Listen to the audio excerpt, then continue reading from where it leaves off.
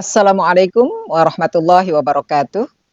Alhamdulillah, Wassalam. wassalatu wassalamu ala Rasulillah, amma ba'd. Pemirsa dan pecinta Al-Quran dimanapun berada. Pada kali ini kita akan berbicara tentang Ikatan Persaudaraan Qori' Qori'ah Hafidh Hafidhah yang disingkat IPKOH. Pada tahun ini genap berusia 36 tahun, tepatnya 12 Februari 2024. Pada kesempatan yang sangat indah ini, kami akan berbincang-bincang dengan tokoh yang secara persis mengetahui terbentuknya IPKOH nasional. Kami hadirkan yang kami hormati Bapak Kiai Haji Nasrullah Jamaluddin LC. Assalamualaikum warahmatullahi wabarakatuh. Waalaikumsalam Apa warahmatullahi kabar wabarakatuh. Ustadz? Baik, alhamdulillah. Sehat-sehat Ustadz ya. Ya, Semoga selalu alhamdulillah. sehat dan panjang umur. Amin. Amin ya rabbal Semoga juga alamin. seluruh anggota IPKA seluruh Indonesia mudah-mudahan pada sehat walafiat insyaallah. Iya, Ustadz, IPKOH ini merupakan perhimpunan para qori tingkat nasional maupun internasional. Ya, begitu juga hafid dan hafidhonya. Nah, pada tahun ini Ustadz, tadi sudah saya singgung, IPKOH ini berusia 36 tahun kalau tidak salah, karena dibentuknya secara nasional atau dideklarasikan secara nasional itu pada tanggal 12 Februari 1988. Ya. Nah, kalau misalnya dari sisi gagasan yang Ustadz tahu ya, yang Ustadz tahu dari sisi gagasan awal itu ada nama-nama yang penting Ustadz sebut mungkin? Ya, bismillahirrahmanirrahim. Sejak berdirinya Ikatan Persaudaraan Qori'-Qori'ah ini, Qori'-Qori'ah dan Hafiz-Hafizah, tentu diawali dengan beberapa kali pertemuan-pertemuan karena beberapa inisiatif dari teman-teman yang punya keinginan kuat untuk mempersatukan Qori'-Qori'ah Hafiz-Hafizah. Di sini saya terutama sangat sadar bahwa untuk membentuk suatu organisasi kita memerlukan orang-orang yang sangat paham tentang masalah organisasi. Nah, pada saat itu untuk rancangan awal itu kita memerlukan personil yang kira-kira memahami tentang organisasi. Saya sebut waktu itu kita memerlukan bantuan Ustadz Kiai Haji Mursyid Qori Indra. Kemudian ada di situ juga almarhum Hussein Imbali. Kemudian ada Kiai Haji Ibrahim Abdullah. Ada juga Andi Asmar. Kemudian ada beberapa lagi dibantu lagi dengan adik-adik kita seperti Akib, seperti ada juga di situ waktu itu. Ada juga termasuk juga Ramli Masenge. Nah, waktu itu ikut menyemangati begitu. Nah, setelah terbentuk ADART-nya disepakati, nah kemudian terbentuklah susunan pengurus. Nah, waktu itu ketua umumnya kita sepakat untuk menunjuk Kiai Haji Mirwan Batubara, Qori Nasional Internasional, beliau sudah almarhum. Kemudian ketua satunya waktu itu saya ditunjuk sebagai ketua satu, ketua duanya itu Ustadz Muhajir, nah, kemudian ketua tiganya itu Ustadz Muammar. Nah, seperti disinggung pada sesi pertama, bahwa karena DKI ini harus dibentuk juga namanya IPKOH DKI, maka Ustadz Muammar ditunjuk untuk menjadi ketua umumnya di IPKOH di DKI.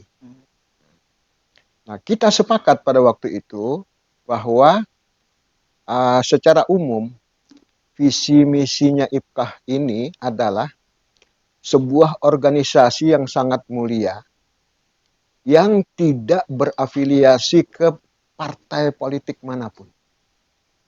Anggota IPKOH-nya dipersilahkan untuk masuk partai politik. Tetapi pada saat berkumpul di organisasi IPKOH tidak ada lagi yang namanya bicara masalah partai politik.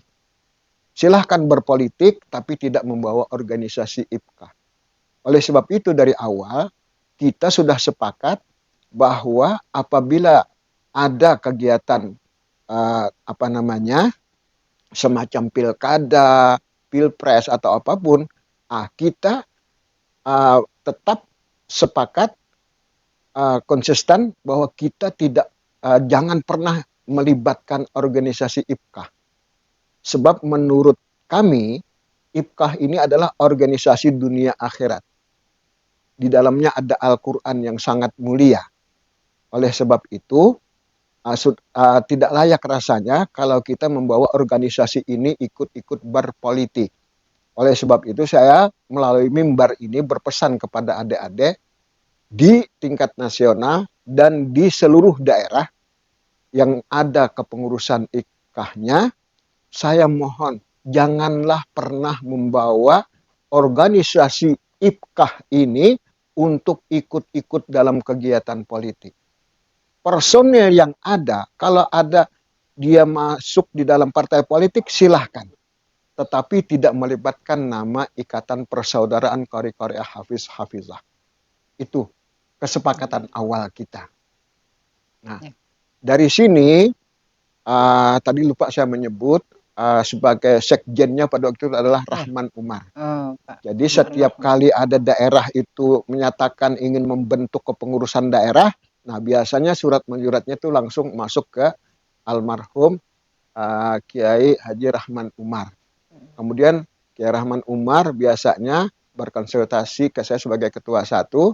Akhirnya setelah kita adakan perbaikan-perbaikan, umpamanya ada daerah yang kurang personilnya atau bidangnya kurang, nah kita minta segera diperbaiki. Nah setelah sudah lengkap, baru kita bikin surat persetujuan peresmian pembentukan IPKAH daerah tersebut. Baik Ustadz, kalau boleh tahu tadi kan di awal atau di sesi sebelumnya Ustadz sempat menyebut nama ada Ustadz Muammar datang ke Ustadz waktu di Mekah ya, dalam waktu yang berbeda. Ada Ustadz Muammar, ada Ustadz Mirwan, ada Ustadz Muhajir. Mereka sebenarnya satu visi, ingin membentuk organisasi, tempat wadah atau tempat bergabungnya Qori-Qori'ah dan Hafidz-Hafidz. Nah, Ustadz setelah Ustadz balik ke Indonesia, terus kemudian itu bisa terwujud gitu ya, terwujud. Namun kalau saya tidak salah Ustadz ya, setelah itu kan Ustadz Mirwan itu keluar tugas ke luar negeri. Nah, seperti apa yang Ustadz tahu pada saat Ustadz Mirwan pergi ke luar? Betul. Pada waktu itu tahun 91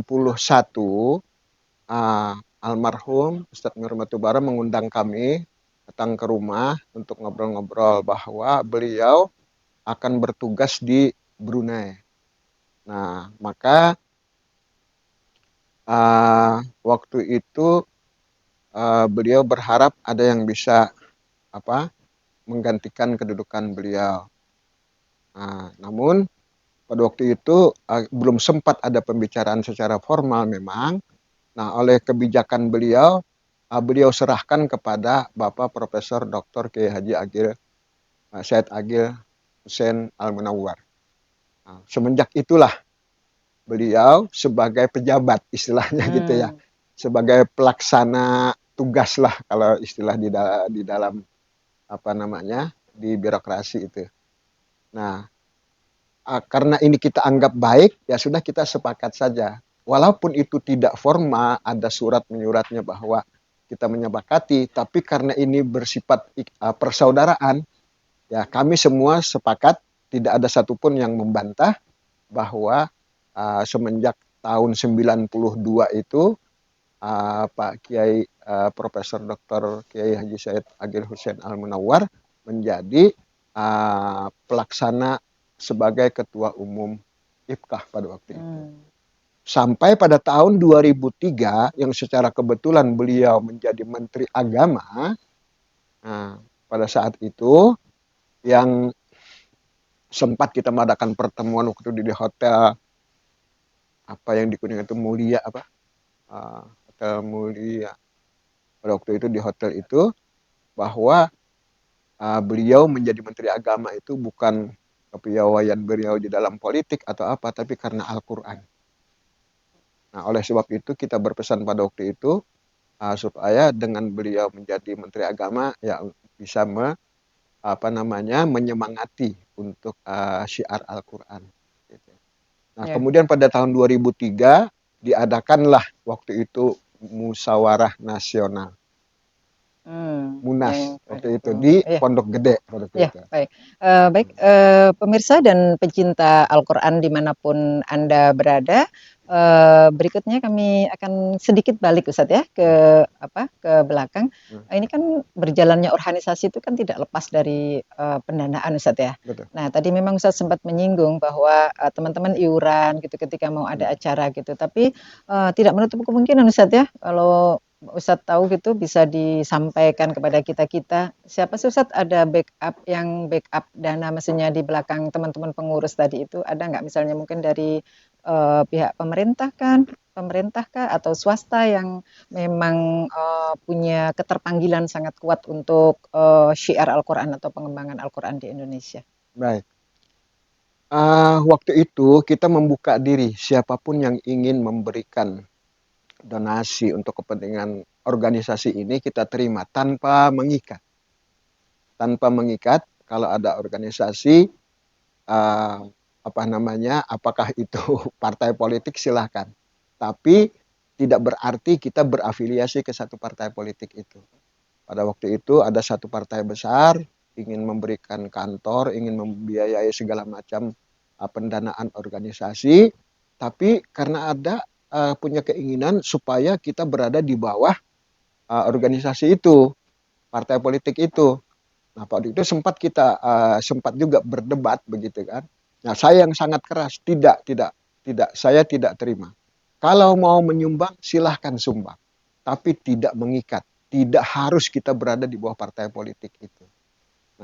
Nah, karena ini memang organisasi memerlukan pendanaan, ya pada waktu itu ya istilah bahasa bahasa Betawinya ya turu-turu lah gitu. Turu-turu. Turu-turu lah gitu kan. Hmm, Istilahnya urunan. Ya, jadi kayak umpamanya pas kebetulan ada acara ya nanti ya kita lah gitu kan. Nanti ada yang satu beli kue, yang satu beli ini, beli apa gitu kan. Ini. Kemudian adapun untuk pendanaan lain-lainnya itu ya ada juga sumbangan sebagian dari kawan-kawan kita gitu kan untuk ini. Nah, begitulah adanya gitu kan. Karena kita memang uh, ingin mandiri begitu. ya, ya, Jadi tidak terikat dengan partai politik apapun. ya. Eh, Ustadz mungkin bisa sedikit ya dari pengalaman di masa-masa awal ya ada misalnya haflah di mana gitu Ya, yang tampil ini kan Korea nasional internasional betul. pastinya itu kan biasanya kan ada apa ya bahasa saya mungkin reward dari pengundangnya gitu ya Ustadz ya. Betul. Hmm, Apakah dari situ juga bisa dialokasikan gitu Ustadz? Maksudnya dari hmm, pengalaman yang Ustadz tahu waktu itu. betul. Mungkin Waktu itu dalam kita waktu singkat. diundang, ke Brunei. Oh Seluruh sampai ke Korek luar negeri. nasional internasional diundang. Nah, pada waktu itu ada berapa puluh ya yang berangkat. Itu atas biaya orang dari Brunei dan bantuan dari salah seorang donatur, tapi saya lupa namanya itu, yang memberikan dana itu. Nah, karena kita sepakat bahwa di Jakarta ini harus ada yang standby gitu. Sebab masyarakat kan memerlukan kori nasional internasional. Nah, waktu itu ya jatah saya untuk berangkat ke Brunei itu karena saya anggap waktu itu Ustadz Haji Ali ini layak untuk ditampilkan di internasional, walaupun menurut teman-teman beliau masih dianggap junior, tapi saya berprinsip bahwa adik junior ini kalau kita tidak libatkan dari sekarang ya kapan jadi seniornya begitu. Akhirnya baju saya yang sudah ukur, itu saya suruh tuh Ustadz Ali ambil di penjahit, akhirnya dia ikut berangkat ke Brunei pada saat itu. Nah, ini Hmm, pola saling persaudaraan kita itu kita betul-betul kita Iya, iya. pada akhirnya Mungkin mereka bisa saya sebut itu sebagai bentuk kaderisasi yang Ustadz lakukan gitu ya. betul Tapi sekali. nanti kalau misalnya ada penghargaan apa yang diterima oleh Ustadz Ali contohnya tadi, itu berarti itu harus ada kontribusi untuk IPKO gitu Ustadz ya? Betul. Nah, Oke, baik. Terima oh kasih Ustadz. iya. Pemirsa Ada dan sedikit PC. Oke, saya baik. tambahkan ya. Baik, silakan Tadi Ustadz. yang menyentuh tadi ada sedikit sumbangan dari masyarakat. Itu sebelum dibagi kepada anggota, dan mohon maaf, itu kita potong dulu 20% Oh, untuk organisasi. organisasi. Baik, Nah, ya. setelah Baik, itu Ustadz. baru dibagi itu. Oke, baik. Terima kasih pemirsa dan pecinta Al-Quran dimanapun berada. Ternyata perjalanan IPKO dari sejak awal itu memang teman-teman qori-qoriah hafidz-hafidz nasional maupun internasional tidak mencari hidup dari tidak Betul. mencari kehidupan dari situ, tapi justru bagaimana Cara menghidupkan. dari keterampilan atau keahlian yang mereka punya itu bisa menghidupkan organisasi. Nah, barangkali ini akan menjadi apa ya pelajaran buat kita semua bagaimana kita secara kompak berjuang menggunakan memanfaatkan apa yang dianugerahkan oleh Allah pada kita semua untuk bisa menghidupkan IPKO lebih maksimal lagi untuk mencontoh apa yang sudah dilakukan oleh para sesepuh dan pendahulu kita. Demikian mungkin untuk sesi ini. Terima kasih atas partisipasi dan perhatiannya. Saya akhiri wassalamualaikum warahmatullahi wabarakatuh. Waalaikumsalam warahmatullahi wabarakatuh.